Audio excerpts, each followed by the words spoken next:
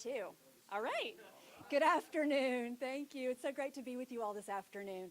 Thank you, CFO Ingoglia, for traveling to Jacksonville today and for looking out for the Jacksonville taxpayers.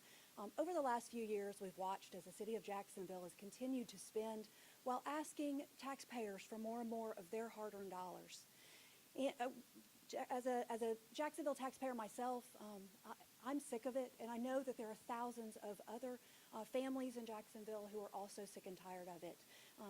Florida has earned the title of the best place to live, work, and play, but we can't keep that title if local governments continue to dig into families' budgets. So I'm so thankful for CFO Ingoglia's steadfast commitment to exposing wasteful and excessive spending. So welcome, CFO Ingoglia. Thank you.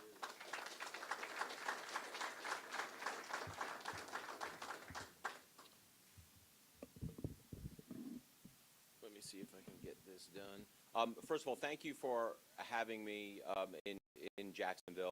I know I was here a couple of weeks ago, and it's always a pleasure to be back. I really enjoy watching the residents of the city of Jacksonville fight for property tax relief. So thank you for that. So with that, there are some people here this morning that I want to make sure that I recognize. Our State House Representative Cayenne Michael, thank you for being here, Cayenne. You've been such a great friend and ally. From Jacksonville City Council, Councilman Ron Salem is here. Thank you, Councilman. Councilman Rory Diamond, thank you, sir. Councilman Joe Carlucci, thank you. Oh, Joe's not I'm sorry. Yeah, where is Joe? That's right, that's Arias. Councilman Arias is here. There, oh, there you are, there you are. Thank you, guys, and we also have our esteemed senator here, Senator Yarborough. Thank you, guys, for making the trip. Now, I must admit, before I came back to Jacksonville, I was sort of considering doing this presentation as a hologram, but I wanted to save taxpayers' dollars. So, just so everyone knows, I am Blaise Ingoglia. I'm the CFO of the great state of Florida. So, before we start, I want to make something clear.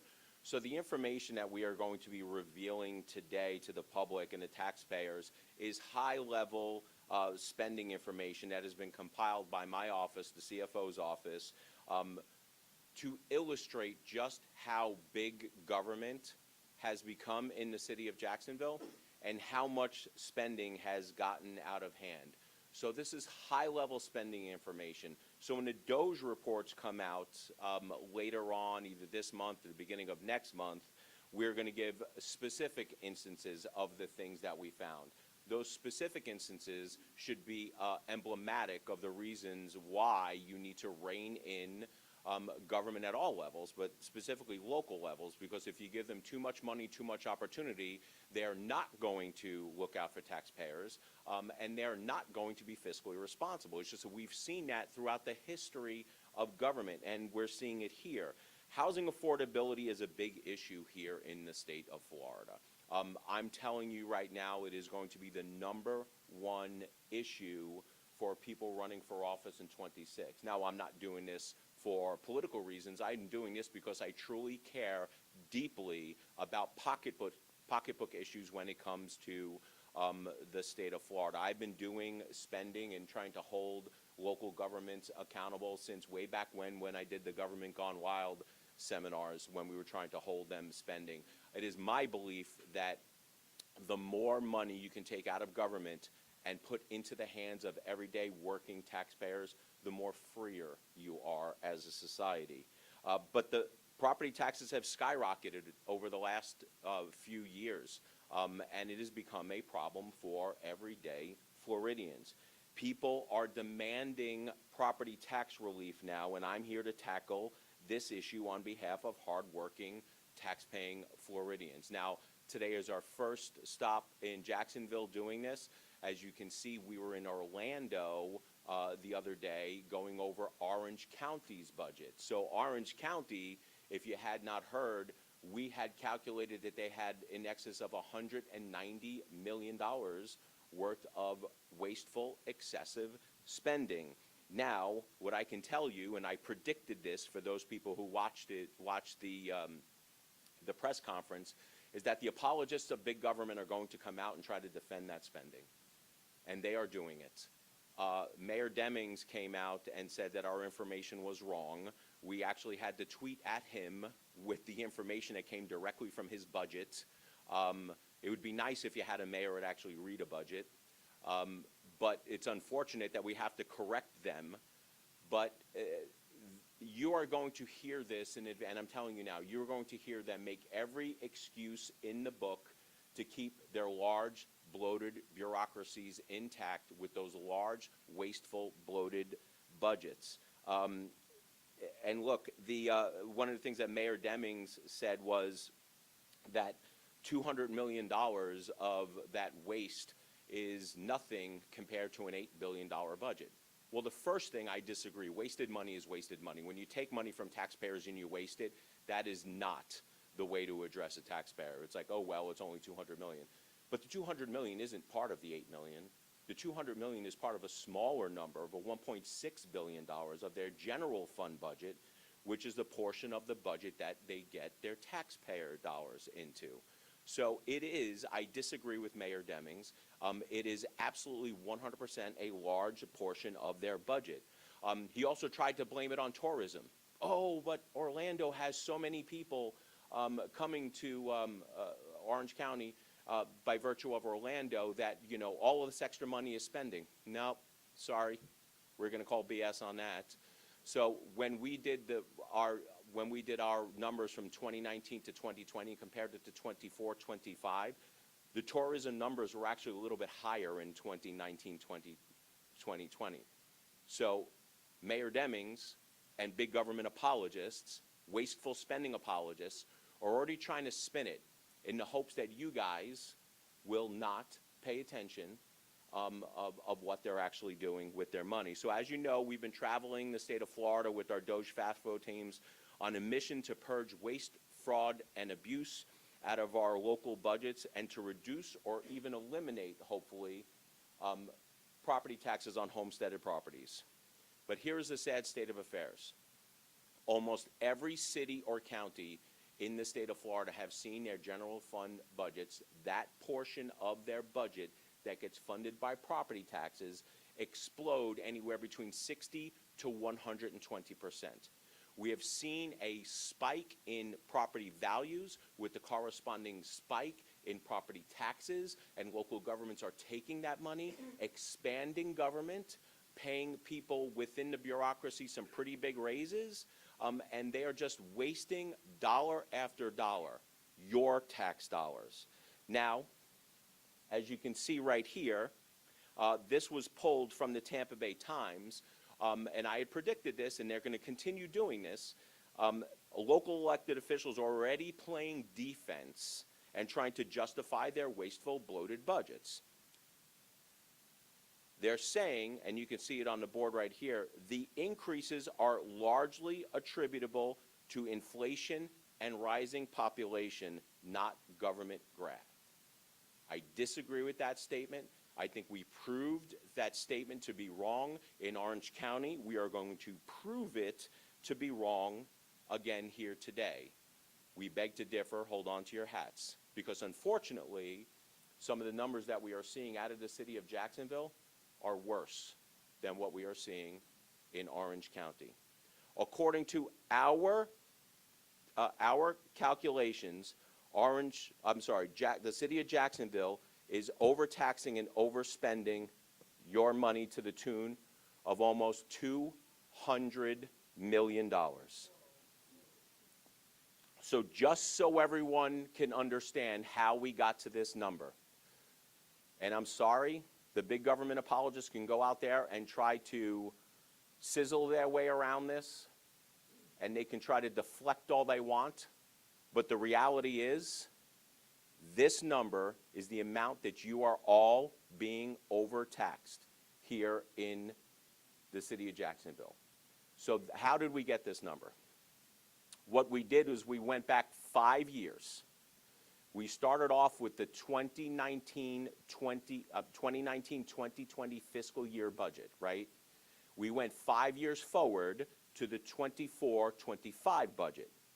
And I know this is hard for some in the media to get because people were getting at Orlando. It's like we didn't understand. Was it 4 years? Was it 5 years? Was it 6 years? No, that's 5 years, okay?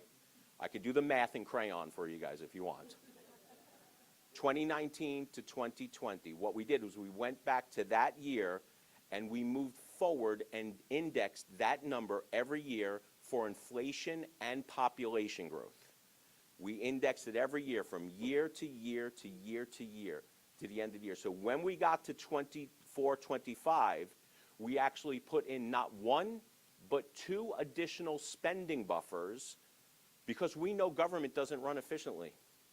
So we actually accounted for their inefficiency and we added 2 more additional buffers and we got to what the budget should be under normal, sane circumstances with people who are somewhat fiscally responsible with their money. And they were $200 million over that number. That's an astounding number, and I'm going to tell you, the number in reality is probably higher, probably in the $230 to $240 million range. So we today are deeming $200 million of Jacksonville's budget as excessive and definitely wasteful. So the question is, how did we get here, and what can we actually do about it? In Orange County, over the past 5 years, 2019-20 year to 24-25 fiscal years, the general fund budget, remember that is the part of the budget that is funded by your property taxes, increased $692 million over 5 years. That is a 50.28% increase. That is an astounding number. And you can see how that number outstrips and outpaces inflation and population growth. There is no way that that comes anywhere close to that. Local governments at all levels, this number specifically, they are using to grow government at your detriment. Now, first, I think what everyone should know and realize is that, again, growing government with that number. That eye-popping increase in the general fund budget of over $559 million, or was it $559 million? I forgot what the number was. Of $692 million is for a population increase of only 56,605 people. $692 million for 56,605 people. Now, to put that in context, Putnam County has only 50,000 residents, pretty close to that. Their whole budget to deliver services to that county is only $57 million. So please don't tell me you needed all this money to deliver services to the residents of Jacksonville. It doesn't jive. So what does it mean? It means that for every person that moved into the city of Jacksonville over the last 4 years, the budget grew by $12,232 per person. For every family of 4 that moves into the city of Jacksonville, the county budget grew an astounding $48,928. Those are obnoxious numbers. Absolutely obnoxious numbers.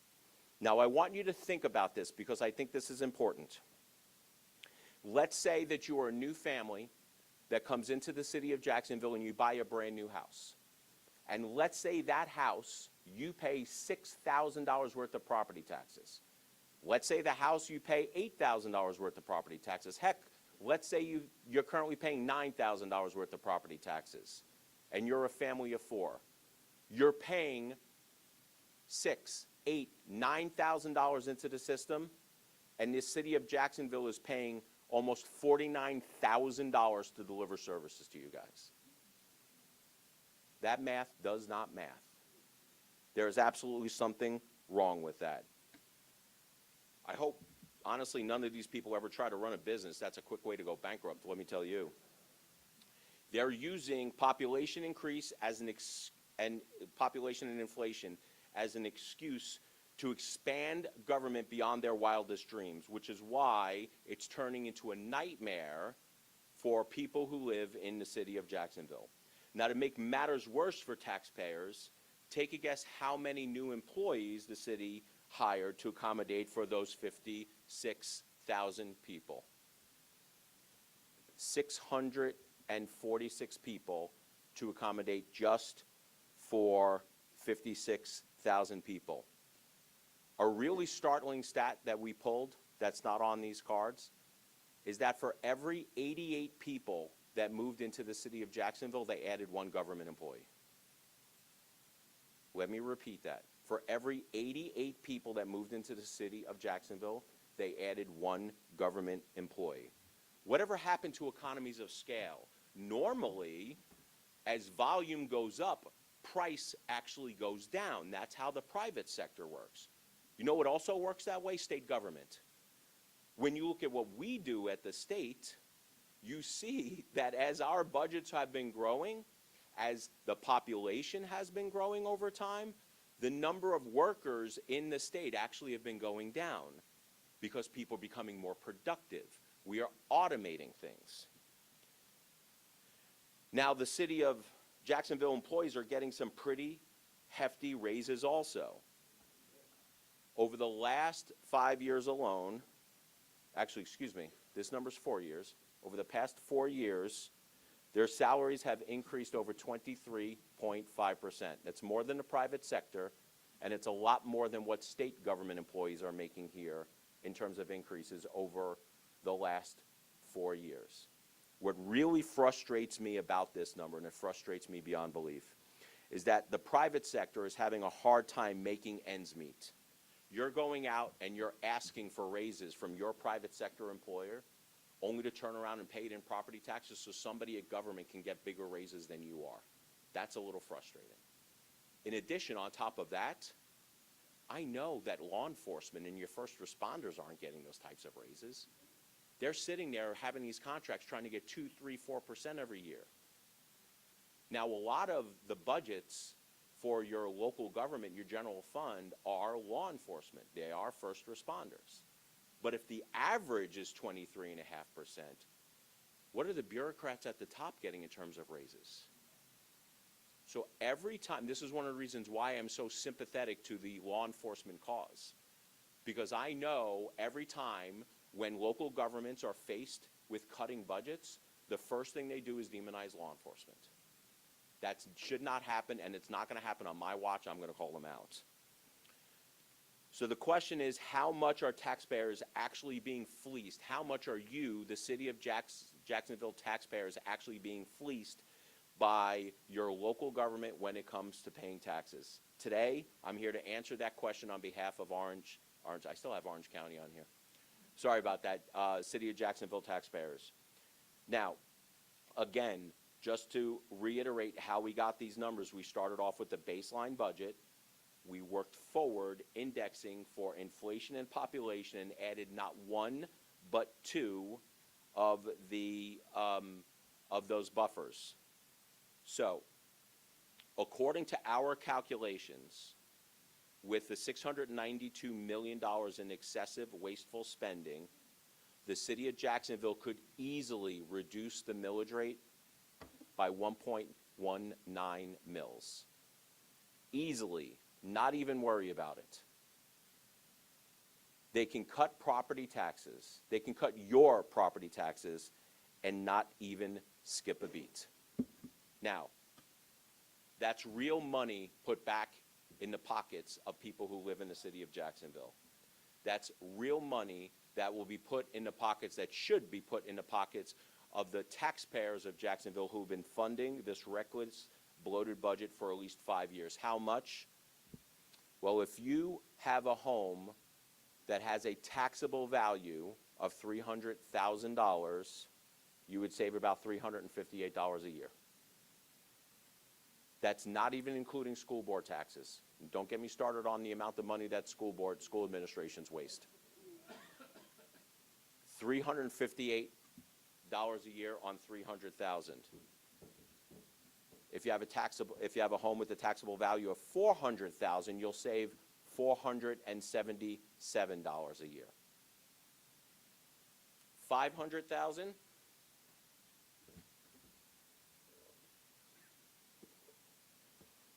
$597 a year. This could all be done very easy without government ever skipping a beat. You know how I know this? We've been through this rodeo before. In the mid-2000s, the same thing that is happening today happened in the mid-2000s.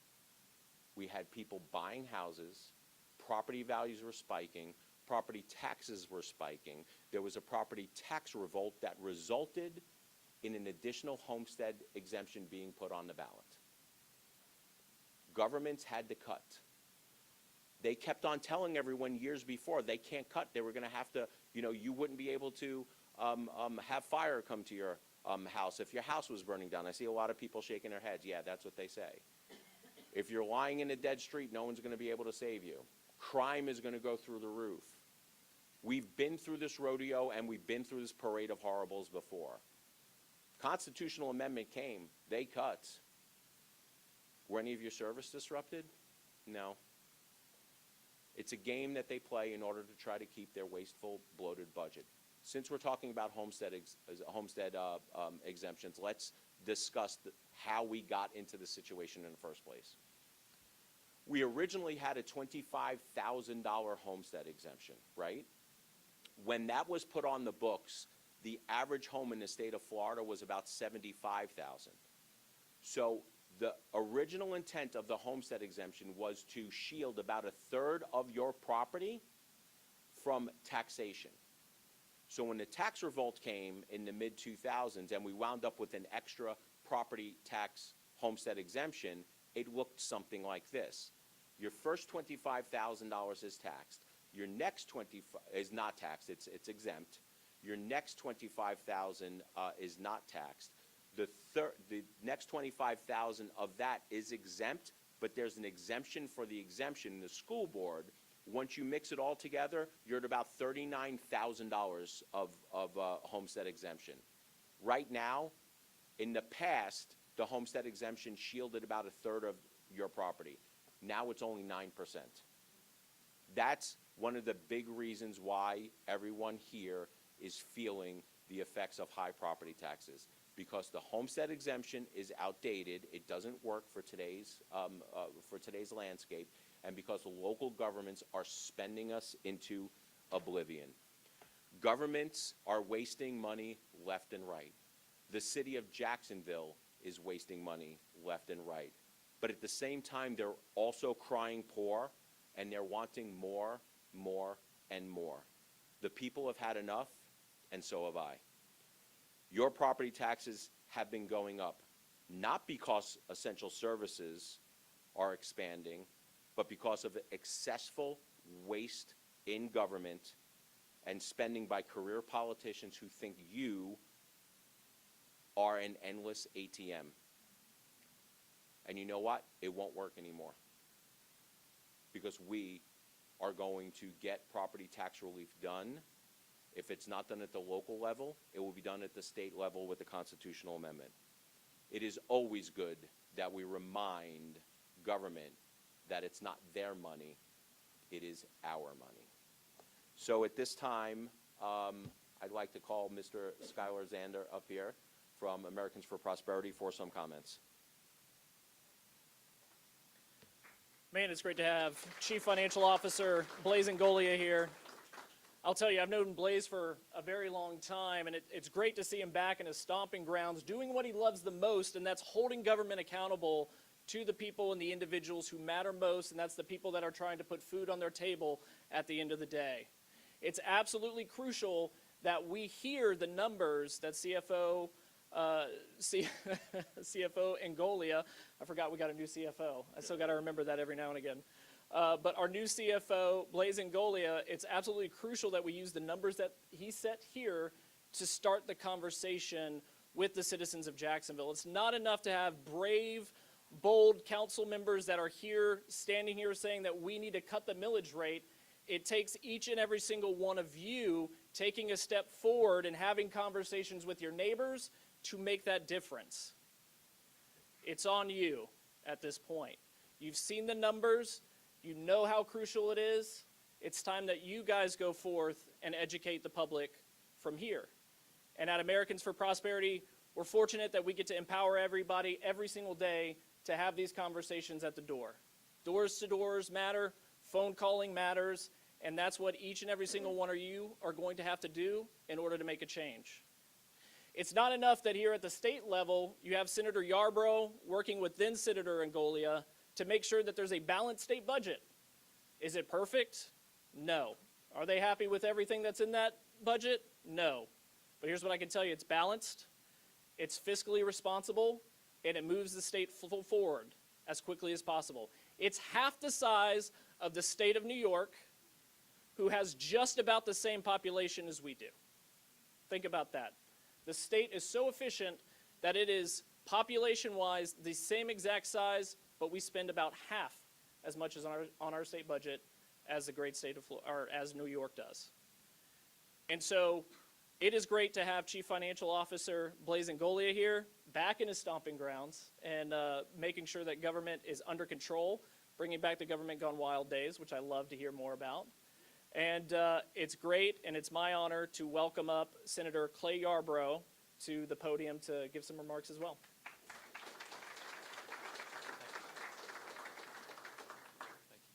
Good afternoon, everybody. Thank you for the opportunity to be here today. CFO Ingoglia, thank you for the tireless and ongoing and hard work that you and your team are doing. It's very important, but all Floridians benefit from the hard work that you're doing. So thank you for that, and please keep up the good work. Fellow residents of Jacksonville, government spending in our city is out of control, as CFO Ingoglia has pointed out today and backed it up with the numbers that he's presented. The people of Jacksonville have made clear that they want action from their local elected officials to reduce their taxes. The increase in government spending, as highlighted by the CFO, is shocking, but sadly it's not totally surprising. We are seeing this trend in local governments across the state, and while we do have some members of our city council, as Skylar has mentioned, who are demonstrating prudent leadership on this issue, it is long overdue that all local elected officials start listening to the taxpayers that pay their salaries. Florida families do not want their hard-earned tax dollars spent recklessly, and they do not want to see their property tax bill rising year after year. So often excuses are made, like the CFO has said, in an attempt to explain away rising spending by blaming inflation or rising populations. But as he explained, the city of Jacksonville is spending far above what it needs, even when taking inflation and population growth into account, and even accounting for the very essential needs that we have, like public safety, roads, etc. Efficiency, accountability, and restraint must become the standard, not just in our city, but in every city and town in Florida. Instead of expanding budgets and inventing new ways to spend, we need leadership that understands this basic truth. Every dollar the government spends is a dollar taken away from the hardworking people of Florida who earned it. Every dollar the government spends is a dollar taken away from the hardworking people of Florida who have earned it. Here's the bottom line. Property taxes are too high, government spending is out of control, and the people footing the bill, Jacksonville's taxpayers, are being stretched to the limit. Those taxpayers are the bread and butter of our economy. They drive local businesses and build our communities, not through bloated government programs, but through everyday hard work, smart investments, and personal responsibility.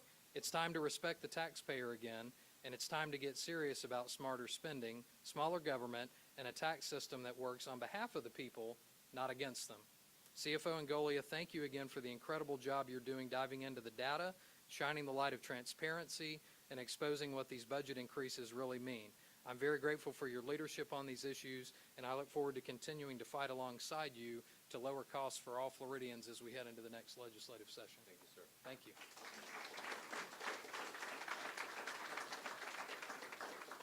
So with that, I will take questions from the press, knowing that they're going to follow up with the mayor and get the excuses for the big spending later.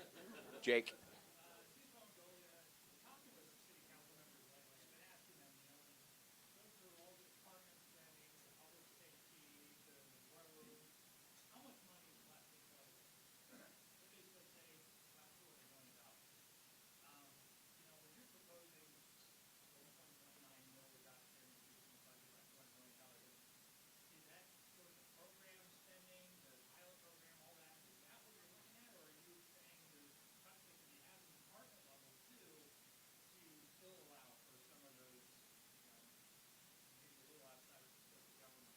Yeah, look, I would say that if I was the administrator, or I don't know, the administrator overseeing some of this stuff, it's up to the policymakers to come up with the decision on how much they should cut. They should go and figure out exactly what they can cut. But I can tell you this, is that when you factor in the way we factored everything in, we factored in law enforcement raises. We factored in inflation for purchasing. We factored in inflation for the purpose of giving people raises to index for inflation. We factored all of that in. Once you factor all of that in, they're still $200 million too high. And here's the problem. That governments, this is a game. They'll go in, they see this extra money, and they try to build out government so it makes it harder to cut later. And that's one of the reasons they sit there and they say, well, we can't cut, because they've sort of built it to cut. The problem is, for them, is that if it was built before at a much lower cost, it can still be built again at a much later cost. That's why we saw that in the mid-2000s, where they actually had to cut their budgets and didn't skip a beat. So we're telling the city of Jacksonville, the council members, that they can easily cut way over $1 million, and they should not worry about impacting any services whatsoever. In addition to that, we're always talking about the P&L side, right? The revenues and the expenses. That's what the general fund budget is. There's a pot of money that they have over here in reserves and investments that they can pay for that stuff. So on one hand, they'll cry poor, but the second, they're sitting on hundreds of millions of dollars in what you would will is their savings account.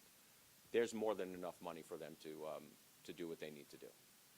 Yes, sir.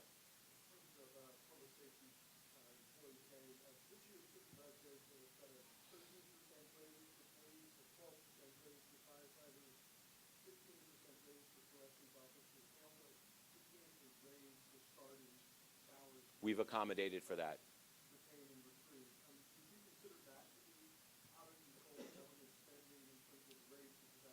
We've accommodated for that in the number. What we are saying is that over and above those, $200 million is excessive and wasteful spending. We've already accommodated for first responders raises in those numbers. Yes, sir.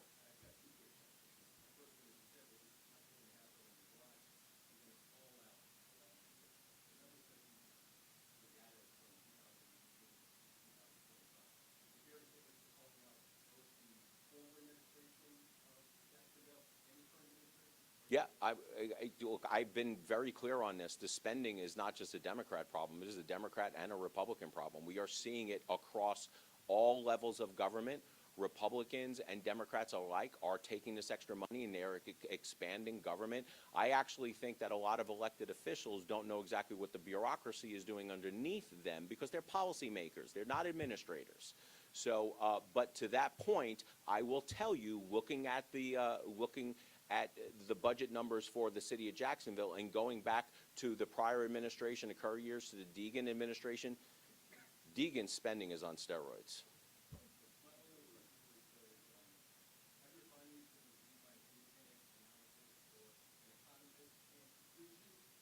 Have local governments' BS excuses been reviewed by an independent?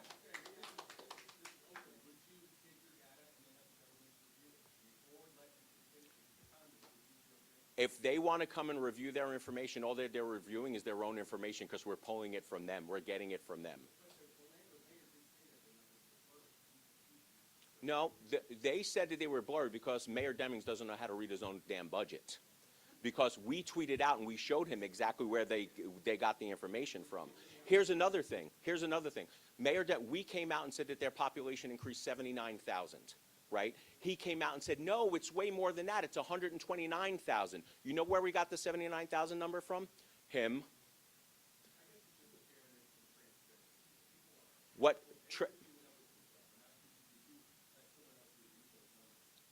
It's their numbers. We are just telling people exactly what their numbers are saying. Because quite frankly, all of you, everyone who's listening to my voice right now, they're busy. They're trying to make ends meet. They're paying high property taxes. There's a housing affordability issue here in the state of Florida. They do not have the time nor the energy to go in and start picking and looking at these numbers. All we're doing is taking government's own numbers and sharing it with you guys in a way that lay people can understand, because property taxes relief is on the horizon, whether local governments want to admit it or not. It's their information. It's their budget numbers. We're not making it up. It's their budget numbers. Well, only press, guys.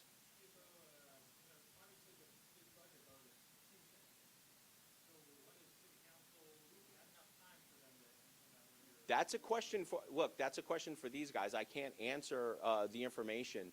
I'm not lobbying. I've never lobbied them for what they should do. All I'm doing is I'm presenting the voters with the information so they can make informed decisions. Now, obviously, we have 3 council members here who I know have been fighting for reduction of property taxes. They took the time out of the day to listen to these numbers. I'm wondering where some of the other ones are.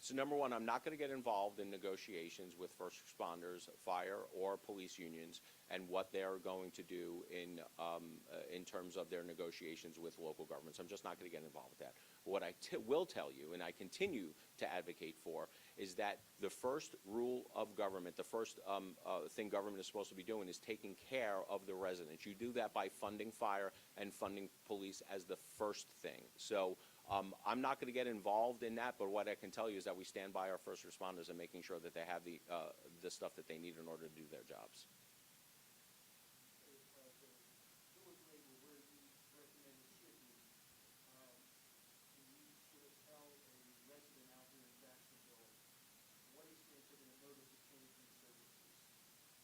They will not see any change in services with that millage rate cut that we are saying that they can cut. See, we're already starting off with the premise that all of a sudden if we cut taxes, that services are going to suffer. That's just not the case. It's never been the case when we cut taxes before. It's not going to be the case now. Yes.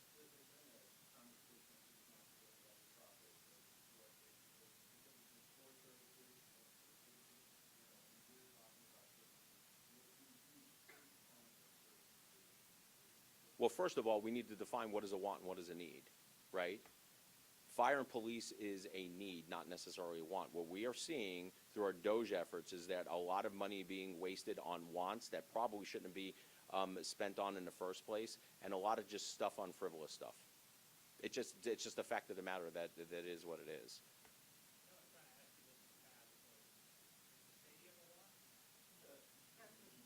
The stadium? What I can tell you about the stadium is that the amount of budget that was increased of $692 billion, the amount of people that the city of Jacksonville increased could fit inside that stadium. That's how minuscule the population increased. But again, the stadium and all that funding is a discussion that the administration needs to have with the policymakers on that. I'm not here to tell them exactly what to cut. I'm here to go over just how excessive and wasteful the budget has become, how bloated the budget has become over 5 years.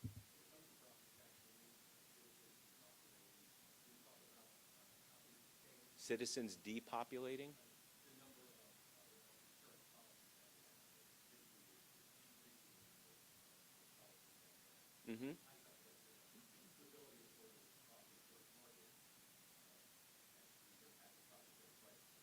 Yeah, so I'm going to make this the last question because I do have to get on the road.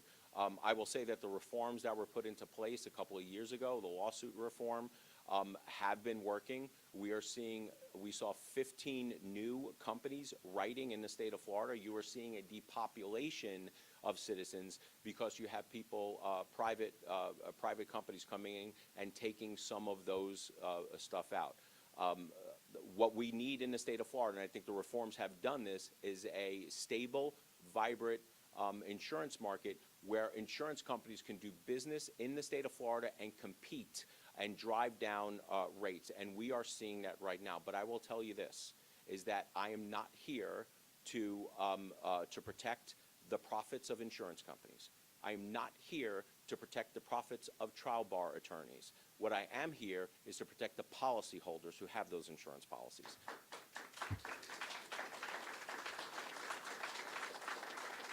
Guys, I appreciate what you guys are doing, holding elected officials accountable. I very much appreciate you guys coming here, listening to the presentation so we can give you some of the information and arm it so you can go back to city. I know there are other members of the city council that I know personally couldn't be here today for certain reasons, and I know they are working hard in order to reduce property taxes for the people of the city of Jacksonville. Guys, thank you for everything that you do.